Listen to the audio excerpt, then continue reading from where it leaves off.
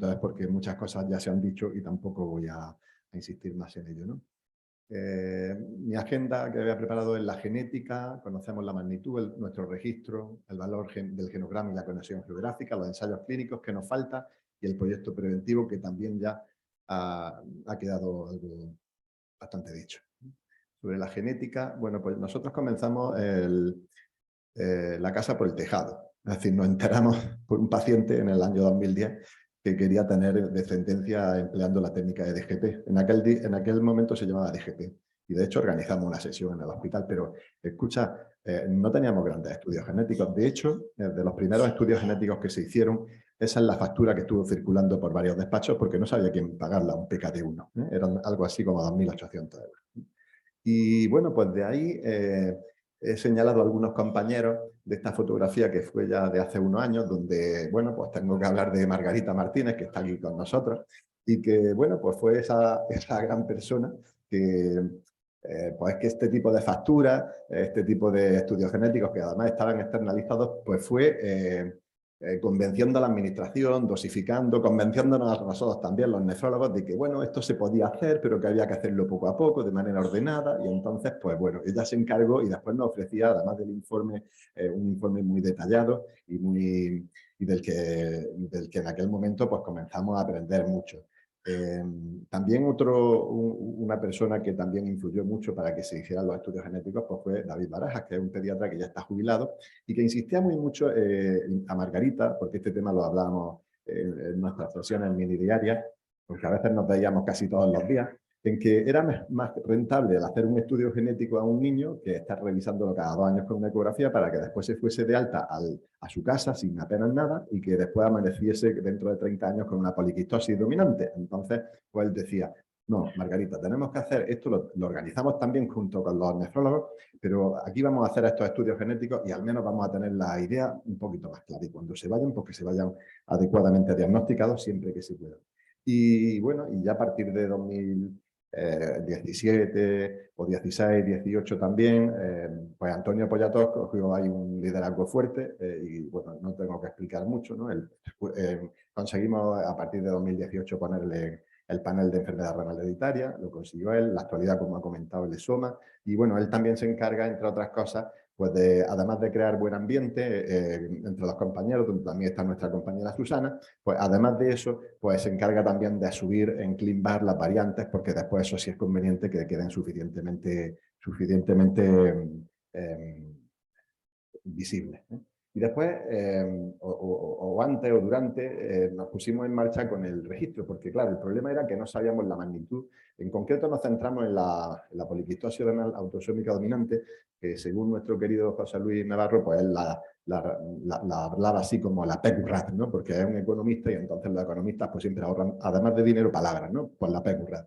Pero claro, el esfuerzo de la poliquistosis pues era que nos enfrentábamos a... Esto es una fotografía que en algunas charlas ya no la presentó nuestro compañero Juan Bravo, que ya está jubilado, pero yo he querido ponerla. ¿Por qué? Pues porque mucha de la información que veníamos sacando pues venían de esos estudios, de esos informes en papel, y esta también es una diapositiva donde estamos muchos de los que originariamente comentamos, y es verdad que el liderazgo pues siempre lo llevó él, y además de los profesionales pues contamos con las familias, con los sistemas de información de los hospitales. Y ya en 2018, quizá un poquito antes también, ¿no? Pero por centrar una fecha, pues ya teníamos una foto bastante buena, teníamos identificado algo más de 1000 pacientes, teníamos árboles genealógicos hechos en más de 270, y sí aprendimos una cosa que era especialmente importante, pues que en esos árboles, en esos genogramas, pues había en torno de media unos 5 individuos que no estaban identificados, es decir, que no estaban estudiados, es decir, que no sabíamos si eran sanos o si tenían la enfermedad. Y bueno, pues todo eso, nuestra compañera Ana Morales, que ha estado moderando aquí la sesión, pues se encargó de coger toda esa materia y defender su trabajo de tesis doctoral, y agradecer siempre a nuestro compañero Miguel Ángel García González, porque ya en aquel 2013 pues comenzamos a colaborar y precisamente esa variante, que nosotros la llamamos como la variante de Loja, pues precisamente pues nos ayudó a tipificarla y comenzamos a diagnosticar a esas familias que en final pues se materializaron un trabajo en el que hemos podido identificar variantes con efectos fundadores. De hecho, la variante de Loja, tenemos 10 familias de la comarca de Loja que con árboles con genogramas diferentes no hemos podido juntar. Y también nos ayudó a realizar, a tipificar la variante de la Alpujarra, que también hemos identificado 4 familias, y también en este paper no está la variante de la costa tropical, pero sí converge como 5 familias que tienen la misma variante y con 5 genogramas diferentes. Y bueno, respecto al valor del genograma y la conexión geográfica, bueno, no sé si se ve muy bien. Bueno, pues esto es un genograma así bastante tipo de una familia de la Alpujarra, en donde, bueno, pues tenemos identificados 5 ramas ramas de hermanos. Y quizás lo más relevante es que, bueno, pudimos hacer una localización geográfica de estos pacientes. Hemos podido emplear diferentes probandos.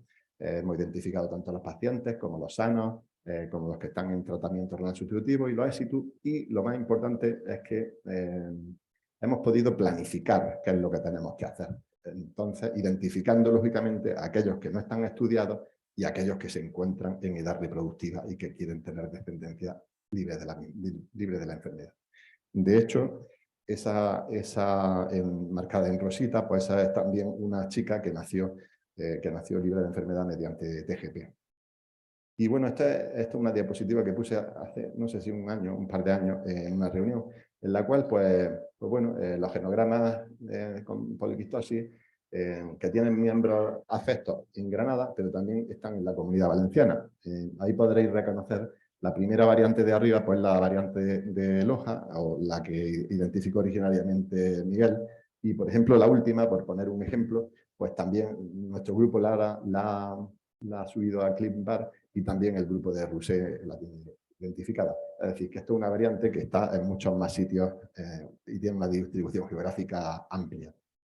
Y en la actualidad, en nuestro centro, aquí en Granada, estamos trabajando de forma coordinada en los servicios de nefrología Virgen de la Nieve y San Cecilio, y compartimos tanto los genogramas con el registro de pacientes y los estudios genéticos, y hay un responsable por centro. Y esto, pues, de alguna forma, también lo estamos pilotando, compartir esa información en los hospitales de Jaén con el doctor Borrego y en el hospital de Reina Sofía de Córdoba con el doctor Mario Espinosa. ¿Por qué? Pues porque no tiene sentido duplicar, triplicar el esfuerzo. Con un esfuerzo es suficiente. Y esto ya creo que más o menos lo he dicho. Quizá la parte del valor del genograma, el inconveniente, pues muy fácil, porque tiene un trabajo extra que no está reconocido.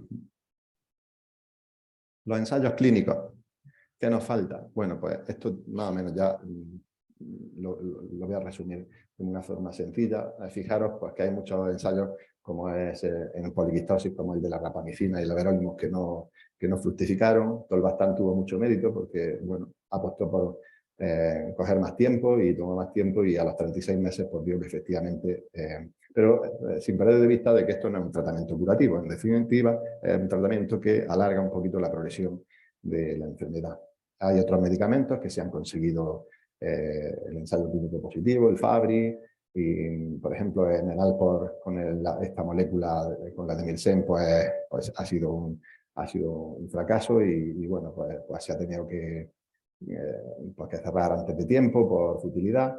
Y bueno, muy contento desde luego, pues que, por ejemplo, en hiperosaluria primaria, pues ya tenemos un medicamento con un mecanismo de acción bastante interesante, silenciamiento génico, y en definitiva tenemos un tratamiento curativo que posiblemente pues, evite el tener la necesidad de hacer trasplantes hepáticos en el futuro. Entonces, pues bueno, en ese sentido podemos estar muy contentos. Y en curso, al menos que yo sepa, en el ámbito de la PQRAS tenemos bardoxolona y lisivastán, que emplean como biomarcador de respuesta el volumen renal y la función renal, y el desabatinib, que de ese, hasta donde yo sé, pues no tengo mucha información. No sé si alguien, si Rousset tiene alguna información de ese. el segundo y el tercero, los dos están parados. Entonces, y bueno, pues esta es una reflexión, el talón de Aquiles de los ensayos clínicos, en concreto en la poliquistosis, ¿no? Pues que no tenemos un biomarcador, ¿no?, de progresión y de respuesta. Tenemos la resonancia, que bueno, es verdad que el trabajo que se está haciendo es maravilloso, pero verdaderamente pues no nos complace demasiado, ¿eh? Y bueno, pues en ese sentido, la definición de biomarcador ahí le he dejado, es decir, que pueda tener un cambio cuando hay un tratamiento y cómo va progresando la enfermedad. Y bueno, no sé si lo que ha comentado nuestro compañero Miguel Ángel López Nevos, pues respecto al IF1 alfa, pues pudiera tener algún sentido si pudiera servir de alguna forma. Y bueno, entonces ya sí voy a contar algunos aspectos, pero que muy bien lo ha contado nuestro compañero Antonio Pollato. Nuestra aventura con el TGP pues, comenzó desde 2010, pero no fue hasta 2016 donde ya teníamos un cuerpo de información que ya se lo pudimos brindar a una parlamentaria en aquel momento y se presentó el plan de prevención primaria de la poliquistosis renal autosómica dominante. Es una proposición no de ley, es decir, es un brindis al sol en el que no se compromete a nadie a nada, pero bueno, está apoyado por todos los partidos políticos, porque finalmente eso era lo que pretendían. Y en 2018 pues conseguimos pues, cierto compromiso, avalado por el estudio que precisamente hizo el director económico de nuestro centro, José Luis Navarro, en el cual se veía claramente que la rentabilidad de hacer TGP frente al tratamiento renal sustitutivo pues siempre es más conveniente. Y nosotros pues nos aventuramos, y bueno, digo nosotros porque este algoritmo, este hexágono preventivo es original de Juan Bravo, entonces pues yo lo cuento porque sí que puede tener bastante interés, ¿no? Está claro que lo conveniente es informar a los pacientes, lógicamente antes de que tengan su primer hijo, recuperar aquellos casos que están perdidos para control, identificar y localizar los casos desconocidos, ejercer una paternidad informada, y lógicamente ofrecer las técnicas de reproducción que evitan la transmisión de la enfermedad. Y en este sentido, bueno, pues podemos estar contentos porque al menos ese objetivo lo hemos alcanzado y en el 22 pues nació la primera niña de una madre con PQRAR y además en la sanidad pública, y eso es una gran victoria. Y ya como mensajes para casa, bueno, que decir, el avance de la genética a nivel asistencial ha supuesto un gran paso en el mejor conocimiento de la enfermedad renal hereditaria, el ensayo clínico es la fórmula para buscar futuros tratamientos y el modelo preventivo, con las técnicas reproductivas como la TGP, es una buena estrategia para muchas parejas que deseen tener descendencia libre de enfermedad.